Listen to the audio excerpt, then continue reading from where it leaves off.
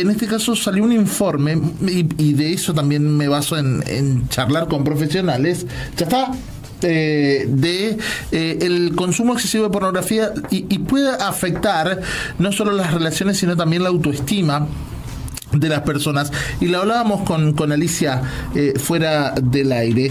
Está Anabela Cerveni con nosotros. Ella es psicóloga y queremos hablar un poquito de este tema. Hola Anabela, buen día, ¿cómo estás? Alicia Romero, Anabela Cerventi, perdón,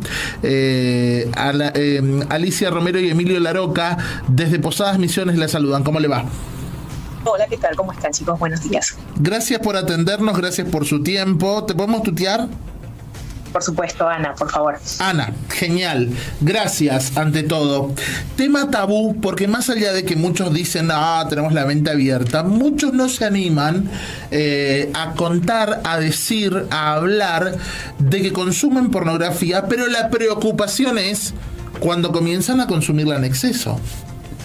Sí, por supuesto. Y de hecho, el tema de que sea tabú, de que no podamos hablar abiertamente de estos temas y ponerlos sobre la mesa, lleva a que las consecuencias se vayan de las manos, ¿no? Y que después haya que atajar esto sin tener muchas contingencias por no hablarlo a tiempo, justamente. ¿El consumir pornografía te hace un pervertido? No, no necesariamente. Y esta respuesta es la mejor que podemos dar siempre. No necesariamente. ¿Por qué? Porque nunca hay una sola causa para un efecto en términos de salud, tanto física como mental, ¿sí? Mira, a mí me gusta explicárselos con este parámetro. ¿Cómo sé si algo es un problema en mi vida o algo se está convirtiendo en un problema en mi vida? Tengo dos parámetros. Uno es, empieza a interferir en mis actividades de la vida diaria. Y el otro es, me está quitando autonomía. Entonces, por ejemplo, con el consumo de pornografía, ¿entras tarde al trabajo o te conectás tarde a reuniones del trabajo porque te colgás mirando videos pornográficos? Mirás pornografía antes de ir a una cita, entonces tu deseo sexual con la persona se apaga porque ya consumiste pornografía. Estás mucho más preocupado en el desempeño de acuerdo a lo que viste en los videos, más que en el encuentro real. Como estás cansado porque dormís mal, porque te quedás hasta tarde mirando pornografía, te perdés en transporte público, estás distraído con el uso del dinero, entonces te va quitando autonomía, ¿bien? Cualquier cosa que se empiece a convertir en un problema, tenés estos dos parámetros para detectarlo. Interfiere en tus actividades de la vida diaria y te quita autonomía.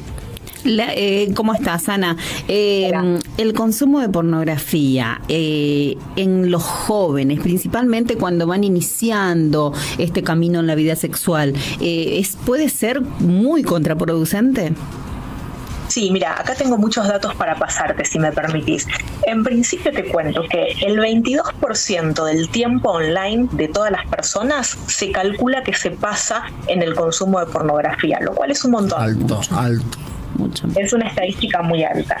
Ahora, de todo ese consumo de pornografía, solamente hay disponible online, ¿sí?, el 0,001% se trata de lo que se conoce como porno ético, ¿sí? ¿Qué es el porno ético?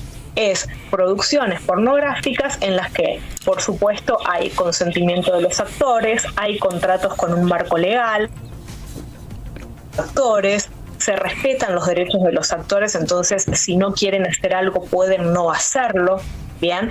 Es decir, se maneja como una producción cinematográfica realmente, ¿bien? Porque el resto del contenido, y fíjate que te dije 0,001%, es decir, poquísimo, es pornográfico.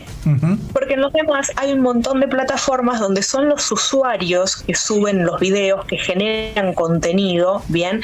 Y muchas veces no se sabe si ese contenido en principio es recorte de una producción legal, ¿sí?, o es un video que no está filmado con consentimiento, o es un video robado del consumo de una plataforma de venta de contenido erótico, ¿bien? Y además empiezan a aparecer, y ahora te explico por qué aparecen estas categorías, con títulos que denotan actos delictivos, ¿no? O incluso incestuosos, o incluso relaciones con menores. Y acá quiero hacer una aclaración para todos tus oyentes, que es: no se habla de pornografía infantil. La pornografía infantil no existe, porque la pornografía implica consentimiento. Exacto. Se habla de más.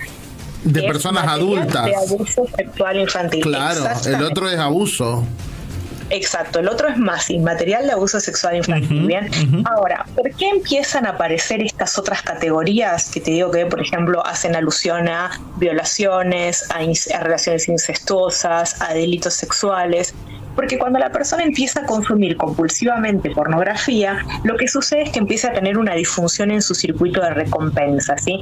Hiperestimula ese circuito de recompensa, generando dopamina, de manera que genera tolerancia como si consumiera una sustancia. De hecho, la adicción a la pornografía está dentro de las que se llaman adicciones conductuales o comportamentales, ¿sí? Es un trastorno del comportamiento, ¿sí? Ahora bien, cuando vos hiperestimulás este circuito de recompensa, lo que sucede es que necesitas subir la vara del consumo, ¿bien? Porque subís la tolerancia. Entonces, con la pornografía se da algo muy particular, que esta vara se sube no tanto en la cantidad de horas de consumo, sino en el tipo, ¿no? Entonces, cada vez la persona necesita contenido más fuerte, más explícito, más violento para sentir la misma estimulación que sentía al principio.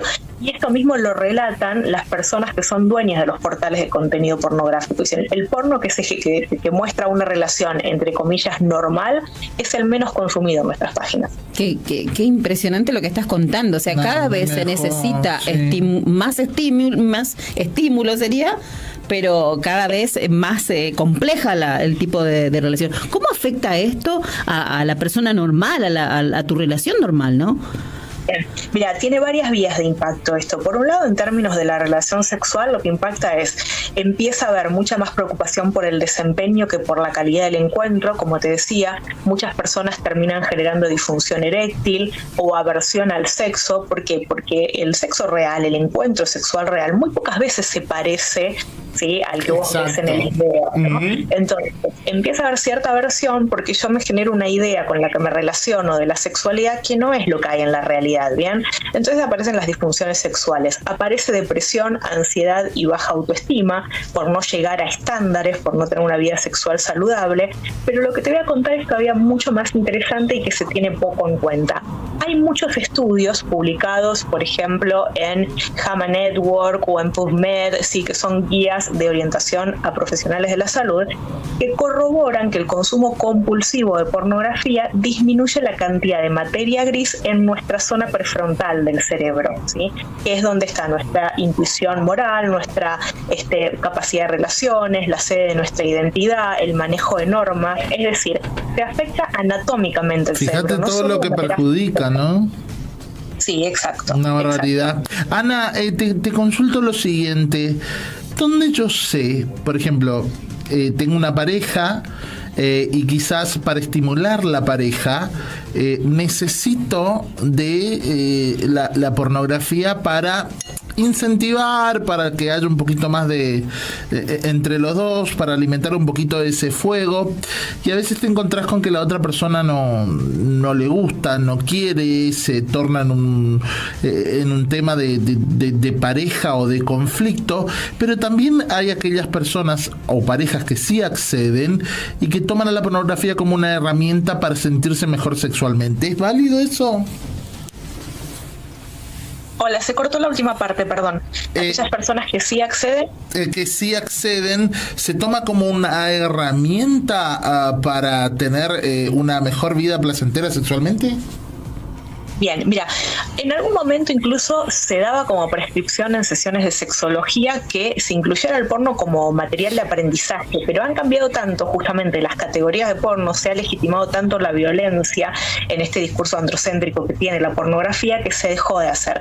Porque una cosa es el material erótico, ¿sí?, la cinematografía erótica, donde hay una trama, donde hay una historia, donde se incluye el componente afectivo y emocional en esa relación sexual que se muestra, ¿sí? A ver, nosotros en nuestra respuesta sexual humana tenemos 6 fases, se agrega una séptima que es subjetiva, que es la de la satisfacción, pero que pasa, por ejemplo, por el deseo, la excitación, la meseta, el orgasmo, la resolución, un periodo refractario y demás, ¿no? La pornografía solamente va a la excitación y al orgasmo. Entonces ya genera una respuesta sexual que es disfuncional, ¿bien?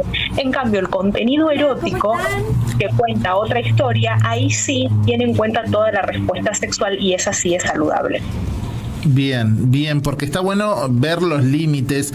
Charlábamos fuera del aire con Alicia, y Alicia le preocupaba la juventud, los jóvenes. ¿Pasa lo mismo con los adultos? Porque ya al ser adulto y tenés una edad ya con un poco más de experiencia y sabés que la pornografía puede ayudar y demás, pero no es lo mismo. ¿Pueden tener el comportamiento de un joven?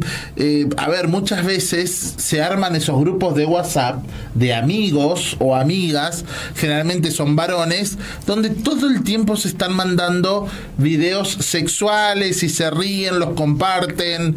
Y, a ver, perdón que sea vulgar, se habla de los pajeros, ¿entendés? Respecto a eso. ¿Afecta también eso, por ejemplo, estar en esos grupos y demás? Muchísimo, y acá también tengo otros datos un poco escalofriantes para darte. Mira, la edad promedio de inicio de consumo de pornografía son los 13 años, ¿sí?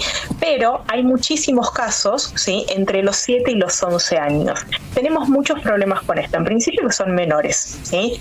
En segundo lugar, esta corteza prefrontal que te nombré antes, que tiene la intuición moral, la toma de decisiones, ¿sí?, y demás, no se termina de desarrollar hasta entre los 25 y los 30 años, con lo cual los chicos no tienen mucho criterio para poder hacer un buen análisis de eso que están consumiendo, ¿bien? Eso por un lado.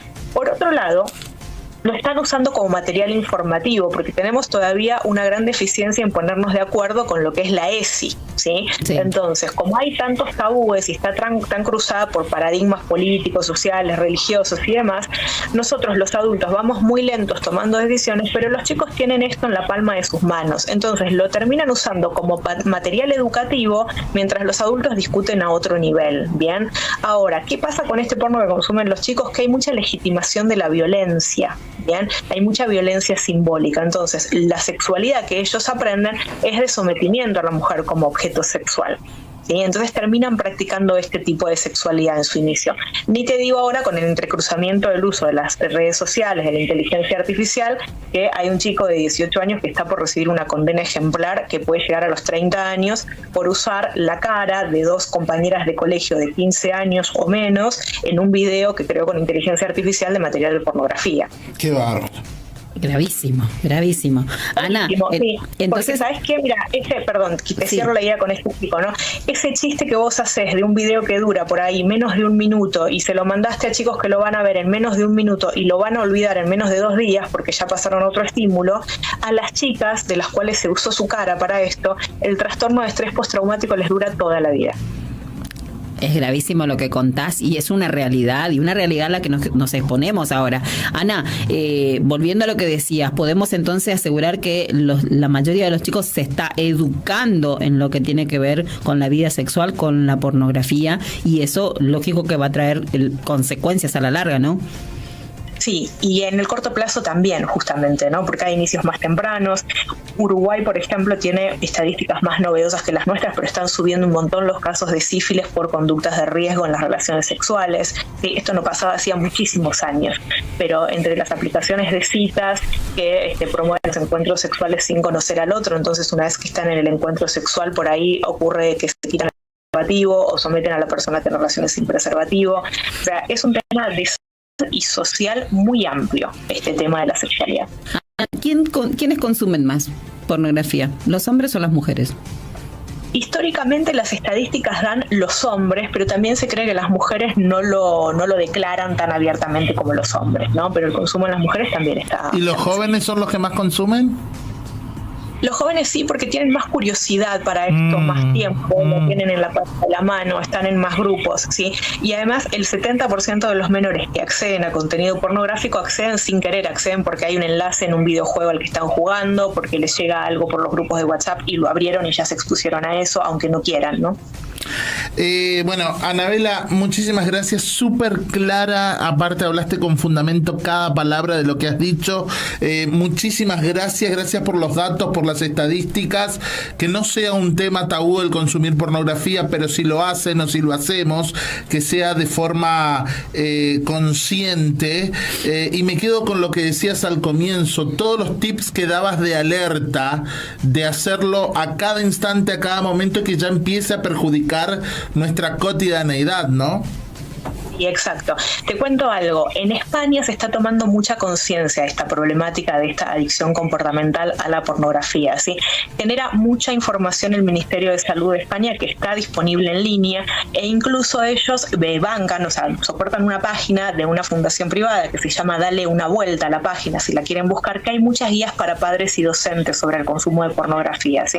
Ahí tienen muchos recursos descargables que los van a ayudar a entender un poco más esta complejidad. ¿Cómo te encontramos en las redes? Me encuentran como anabela.cerventi en Instagram o Anabela Cerventi en YouTube. Sería con doble L, Anabella. Exacto, sí, exacto. Ok, te mandamos un beso grande, muchas gracias. Muchas gracias. Por favor, un placer, cuando quieran, que estén muy bien. Hasta luego. Te das cuenta, ¿no? Que vos vas y ves un video, fíjate todas las aristas, inclusive psicológicamente, ¿eh? Sí, cómo puede afectar, ¿no? Es complejo el tema. Y ahora nos animamos a hablar y sabemos de más cosas, pero antes, cuando éramos chicos, no teníamos todo este bagaje de herramientas, Alicia. Hay que hablarlo y hay que estar atentos, ¿no? Principalmente me quedó esto en shock, o sea, no es solamente una teoría lo que hablábamos fuera de aire, realmente es así, cómo afecta, ¿no? En los más jóvenes. Es una barbaridad. Y qué bueno charlarlo con educación, con respeto, traerlo a la mesa. Al menos periodísticamente a mí me encanta revisar ese tipo de notas y que no se vaya por la tangente y que la gente del otro lado pueda comunicar y pueda entender. Sí, y más aquellos que tienen hijos chicos, aquellos hijos que están entrando en la pubertad, aquellos chicos que están iniciando su vida sexual, que tengan en cuenta a los padres y que no sea un tema tabú, que lo puedan charlar en la casa, ¿no? Con la familia. Y que no nos dé risa todo, porque viste como decías Sí. vos hoy en los memes, todo nos da risa, pero hay cosas que sabemos que tenemos que saber que afectan y tienen que dejar de darnos risa. Tal cual.